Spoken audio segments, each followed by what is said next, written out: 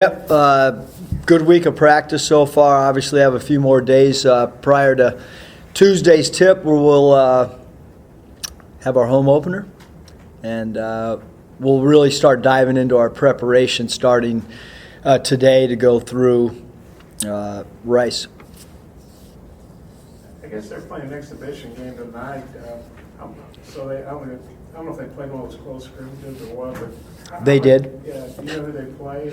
We do. Bootleg tape of it? Or? No. Well, I guess what do you know about these guys? Adams is really good at the point guard position. He's a lefty, crafty, can make a three ball. Martin, who can play the 4-3. If they wanted to play really small, he could probably play some 5, number 10. They run some isolation stuff for him. They play a little bit in transition. They're really well coached. Scott Pera is a really good coach. They run a lot of screen, re-screen action, so we're going to have to defend pick and rolls really well. Chris Mullen at the off-guard spot. Another good player. The nucleus of their team is all returning. They're a scary team because of experience. They had a lot of guys returning off of last year's team. What do you think your emotion level is going to be? I know there's a few fans at the red-white game and the exhibition game. What do you think Tuesday night is going to be like for you? It doesn't really matter how I feel. It's how the guys in uniform. I mean, I'll just like every opener, I'll be excited. Obviously, when you're coaching in front of our fans, it's a new experience for me. But I've coached enough games where you walk in and you got to just focus on what happens between the lines, really. How ready do you think you guys are to open season? Great question. Can I tell you at about 9:45 on Tuesday? You could. That would do me a whole lot of good. I think that as coaches, all of us would like a little bit more prep time, especially if you're new, to try to get your team ready. Having said that, I'm not the only coach. Probably a whole bunch of us thinking the same thing, that you'd like another couple weeks. But I do think our players are ready to play a game. They're ready to get out of this practice mode that we've been in, because your practice starts changing dramatically once you get into the regular season, for sure, because you kind of start focusing on prep on teams that you play. You try to clean up some of the stuff that you get off film. But I think we're about as ready as we could be for trying to implement a new system and stuff. And I think they're tired of hearing me, and so we need to start playing some games for sure. How did the guys respond to some of the overload theory, the gloves, weighted vest, the string, that kind of thing? Guess probably have to ask them. They might have a different perspective than me. But the weighted vests have helped us, I think, in our skeleton to try to emphasize, working to get open a little bit more. Obviously the gloves are just, you take those gloves off and it becomes easier to catch, dribble, and shoot. So just kind of an overload principle that we've used for 3 days, and we're not going to probably do that again. The strings were just kind of a, move at the same time, like you're on a string, because we're still trying to work on our defensive concepts off the ball, not necessarily on the ball, but our weak side defenders become really important, and they have to move on a string. So no better way to illustrate that than actually use a string. I guess you guys did the towel drill. I saw some video that Jimmy talked about that, where they're holding the towel up. Yep. Sliding. Well, I guess that's playing defense without fouling, or kind of what's Exactly. Yep. We've had too many fouls, so that's just a body up, hands up type of drill that we use. We've done it in the past. Just want our guys to be as disciplined as we possibly can. Actually, if like Rice was, I think, 53rd in the country from the free throws attempted standpoint, so we're going to have to defend them without fouling. It's an area where the game is being reffed a little bit tighter this year. I think every beginning of the year, the whistles, you hear a lot more whistles, whether it's a high school season, a college season, NBA season, you just hear more whistles early on. And so that was just a drill we were trying to do to, try not to foul, try not to use your hands. Were these all things you did in Nevada or picked up somewhere else? No, we did them at Nevada, and probably if you ask some of our Earl Boykins, probably tell you that we did some of it at, even in Golden State. Just little things to try to get in the, it's not, we're not going to play defense with a towel for an hour, but hopefully if you do it for a couple minutes, it just kind of illustrates in their head the importance of it instead of just talking about it or blowing a whistle and saying, hey, you fouled the guy. I mean, it's just another way for us to try to emphasize, today we're probably going to pull out a bubble and put it on the rim and work on our rebounding, chasing rebounds at different angles. Again, just little short themes that you might only do for 5 minutes and then move on to the next thing.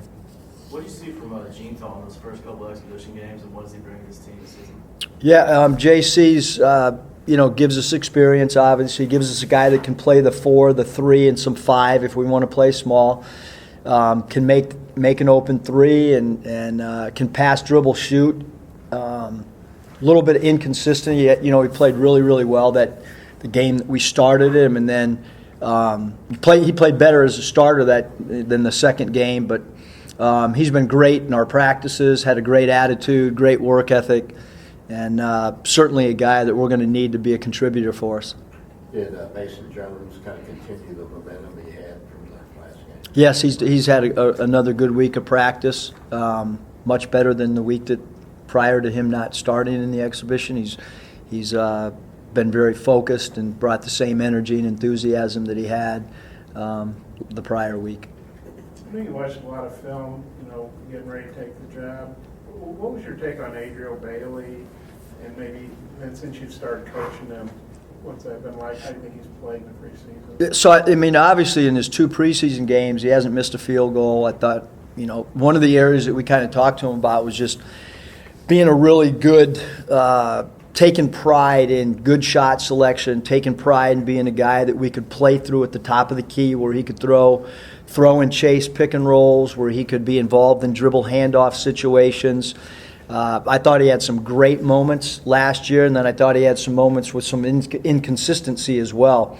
So we've just talked to him about being a senior, being a leader, being a guy that we need a consistent approach to.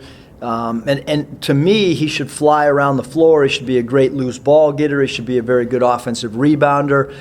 He should give us an identity with how hard he plays, and not take ill-advised shots, so to speak. And so far, I think he's bought in. Again, the lights come on, and things change with people, players sometimes. But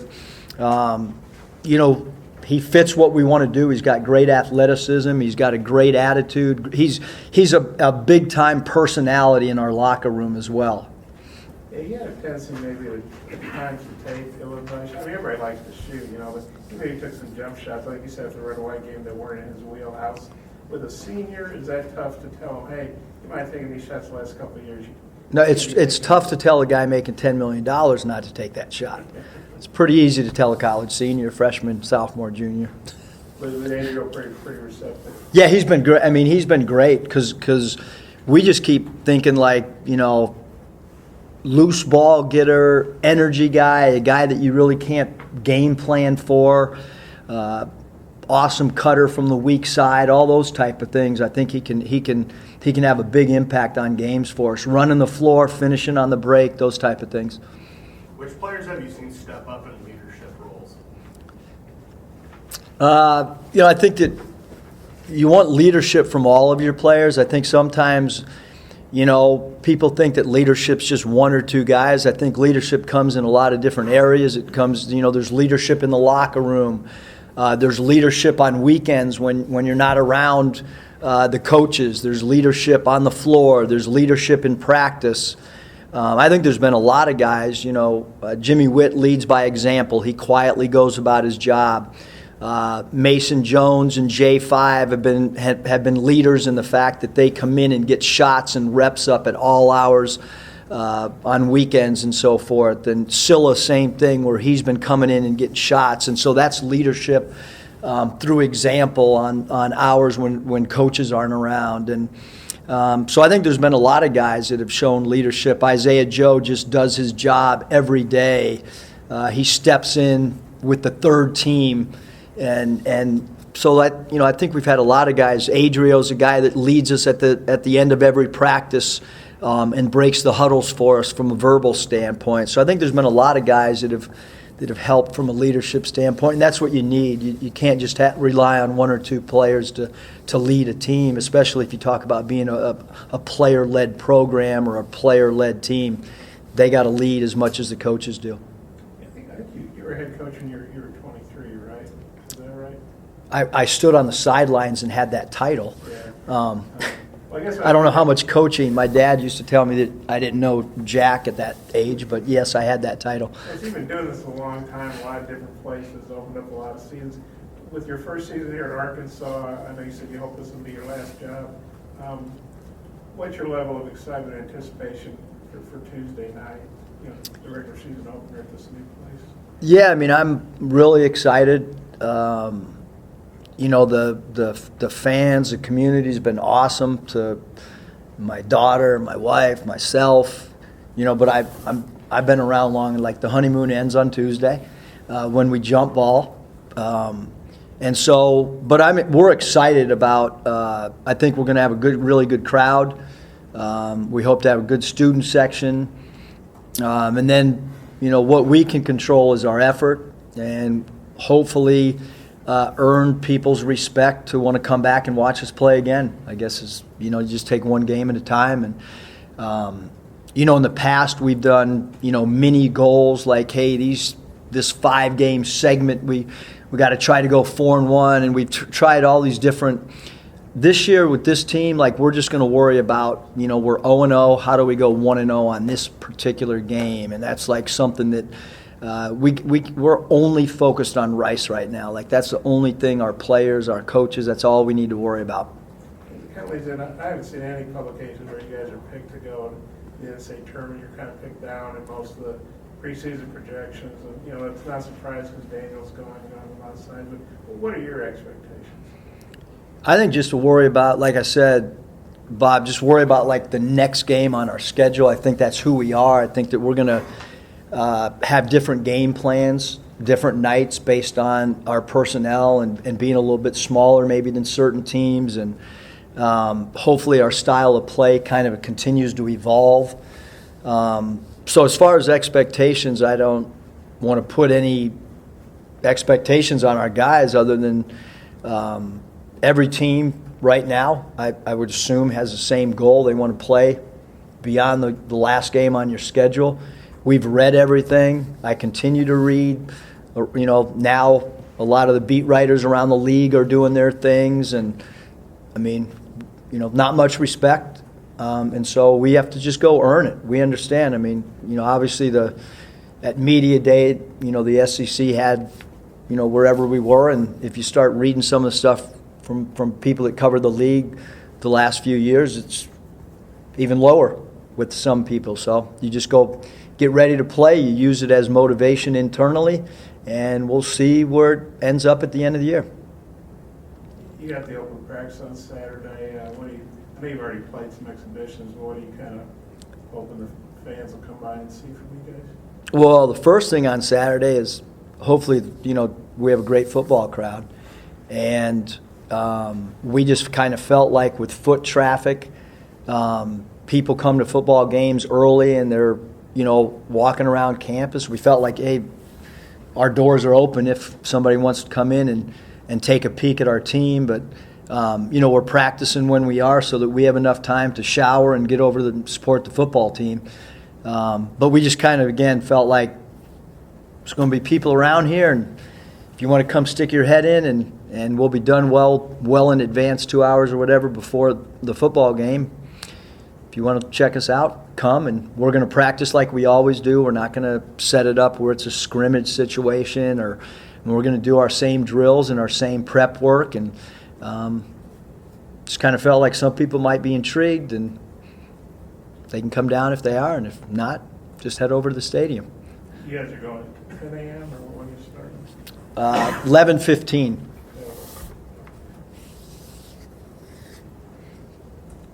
Anything else for Coach? Thank you.